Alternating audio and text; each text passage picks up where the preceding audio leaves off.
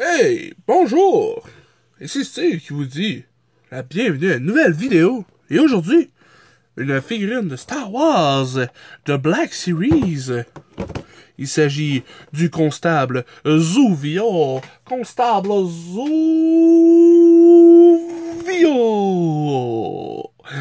Tu sais qui? Non, hein? Parce que il est pas dans le film. Oui, Hasbro, quand ils ont eu les photos, il y avait le constable Zuvio qui était supposé être dans le film Star Wars The Force Awakens, le réveil de la Force. Mais, il a pas fait le Final Cut. Mais Hasbro, là, il avait déjà fait les figurines. Fait que boum, des milliers et des milliers de constables Zuvio sur les tablettes qui restent là jusqu'à la fin des temps. Parce que il n'est pas dans le film. Ah, pauvre gars. Mais ce qui est cool, c'est que quand tu l'as, tu peux créer toutes sortes de scénarios. Tout ce que tu veux, parce que justement, il n'y a rien sur lui. à part, voilà. À part ce qui est écrit derrière la boîte. Constable Zuvio, trademark. Vigilant gardien de la paix dans un monde pratiquement sans loi, le coriace et austère constable Zuvio maintient l'ordre dans un poste de traite frontalier. Alors moi, personnellement, tu sais la scène là, quand que Ray va vendre des trucs, là, des cochonneries en échange de d'autres cochonneries à manger. Là. Bon, je suppose que lui, là, il est méchant, là, parce qu'il donne pas assez, là. Puis là, lui, il fait comme, c'est son rival, là, parce que lui, il est juste et bon. Même si il est, attention, il est coriace et austère. Ça veut dire, humorless, constable Zuvio, ça veut dire qu'il est un pain, il aime pas ça rire. Il n'entend pas à rire. Et c'est un homme sérieux, ce constable. Oui. Il est le représentant de la loi sur une planète désertique sans loi qui n'est pas Tatooine, mais Jakku. Alors, pour ce qui est de la figurine, c'est quand même une très belle figurine. Je veux dire, pour un personnage que je ne connais pas du tout, là, elle est cool. Moi, je la trouve cool. Quand même. Même si, tu sais, je veux dire, il est laid, là, on s'entend, là. Mais je veux dire, quand même cool. Au niveau des accessoires, il vient avec son fameux bâton, qu'on ne sait pas, on sait rien absolument. Alors, au bout, il y a une lame assez, je dirais, broche à foin, mais quand même d'un métaux étincelant. Je dirais accroché après un bout de bois, accroché après un bout d'autre bois, avec une espèce de strap. Je trouve cool que la strap soit pas un vrai textile, mais bien moulé. Ensuite, un autre, je dirais, ça doit être une espèce de pièce, parce que lui aussi, il doit ramasser des trucs. Ensuite, avec une crosse, avec plein de petits trous. Des petits trous. Et des petits... le contraire de des trous, des petites bosses. Oui, cette crosse est intéressante.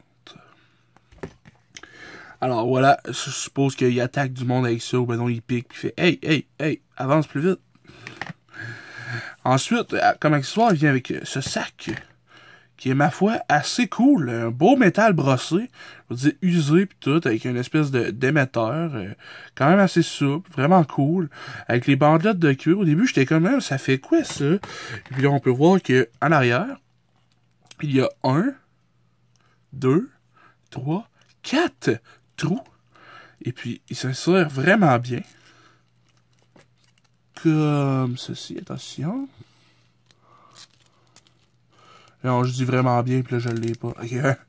Voilà, alors ça donne vraiment un effet que ces gants passent en dessous de son poncho, qui est, ma foi, très sale.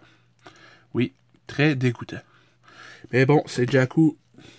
C'est les Wasteland.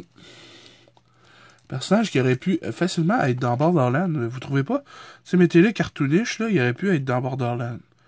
Il me fait penser au... Dans Telltale Borderlands, le gars qui... En tout cas, bref. Il fait penser un peu à ça. Au niveau de la paint job, incroyable. Je veux dire, on peut voir les yeux jaunes perçants, un peu reptiliens de Constable Zuvio, ainsi que les épaulettes rappelant légèrement Boba Fett, mais son chapeau qui fait rappeler un peu style oriental, je vais dire. C'est comme une espèce de vieux métal très poqué, usé par le temps. Les effets des intempéries sont vraiment bien incrustés. C'est tout texturé. J'adore vraiment la texture du casque pis tout. Et ainsi de ses épaulettes. Ces couleurs-là ici vraiment rappellent vraiment Boba Fett. L'espèce de jaune de tissu, le vert, le rouge. Ça fait vraiment Boba Fett. Ensuite, des brassards au niveau des pierres brassards. Des brassards au niveau des avant-bras. Je trouve ça cool. Ensuite, son poncho, très sale. Ses culottes beige ainsi que ses par-dessus des bottes style en bandelette, ainsi que ses bottes grises, ainsi que les pingouins. Au niveau des articulations, ça tourne, la tête fait 360 degrés, elle peut faire oui et non en bas, vers le haut, pas vraiment, vers le bas assez. Un peu, un pivot de tête, quand même. C'est à noter. Au niveau des bras, on a l'articulation hantée habituelle, ainsi que le 360 degrés du pivot. On n'a pas de double coude, ce qui est dommage. On a un pivot au niveau de la main, ainsi que le fléchi. Mais à cause du brassard ici, il peut pas aller de l'autre côté.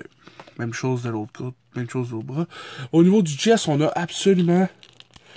Ah oui, on a de quoi, c'est juste qu'on le voit pas. On a une légère articulation au niveau du chest. Il peut arquer le dos, pas vraiment à cause de son sac, mais il peut plier vers l'avant. Vous pouvez voir qu'il peut plier vers l'avant. Mais ça restera pas à cause de son poncho, il est trop rigide. Fait, en tout cas, on comptera pas trop là-dessus. Ensuite, est-ce qu'il peut tourner les hanches? Non, il ne peut pas tourner les hanches. Au niveau des jambes, on a... enlever le sac, là. Au niveau des hanches, on a un pivot au niveau des cuisses. On peut faire le grand écart quand même assez. Ce constable-là est très souple. Ensuite, on a un double genou qui est assez rigide. Allez, le double genou. Allez, voilà. Comme ceci. On peut voir qu'il y a une texture au niveau du pantalon, qui est genre un pantalon ligné. C'est vraiment cool. Ensuite, on n'a pas d'articulation au niveau du mollet de la botte. Le pointé fléché et un pivot au niveau des chevilles. Alors voilà. Est-ce que je recommande de se prendre Constable du Vio? Eh bien, je le sais pas. En vrai, moi je l'ai pris parce que... pas parce que... pas parce qu'il a été unique puis je le trouvais cool, tu sais. Non. Au début, tu sais, j'étais comme, non, c'est qui ça? Même avant que le film sorte, tu sais, j'étais comme... C'est quoi, là? Il a l'air correct, tu sais. Il a juste l'air correct, c'est ça l'affaire. Mais, le film est sorti, il était pas là, je la revois dans les tablettes, je suis comme, je l'ai pas vu dans le film, il me semble. Fait que là, attends, je check ça, il est à 19$. Bon, je vais le prendre. Bon, mais le film, il sort, genre, je check le film, puis non, c'est vrai, il est pas dedans. Ouais, check les autres reviews, ben, crime, il est pas dedans, c'est vrai, c'est pas rien que moi qui hallucine. Fait que là, il m'a dit, il va-tu devenir rare, vu qu'il est pas dans le film, pis qu'ils ont fait une figurine dessus, tu sais, ce genre d'affaire qui peut arriver, tu sais, genre d'affaire, tu sais. Mais je l'avais déjà, c'est pas pire. Fait que c'est quand même genre, quoi, 2 mois que j'ai 3 mois, je l'ai acheté cet été. Au lieu d'être 30, il était 19. Fait que je l'ai pogné, je me suis dit, le Constable du Vio, il en avait 7-8. Là, il en reste plus ben. Fait que tu sais, je sais pas s'il y a d'autres mondes qui ont eu comme moi, qui ont eu l'idée qui avaient ce gars-là, il me semble qu'il va devenir rare. Mais bon, rare ou pas, je l'ai ouvert. Alors voilà. Ce qui est cool avec lui, c'est que il tient debout assez facilement. Et puis, il peut regarder, et puis il peut cultiver son riz de reptilien. Et voilà!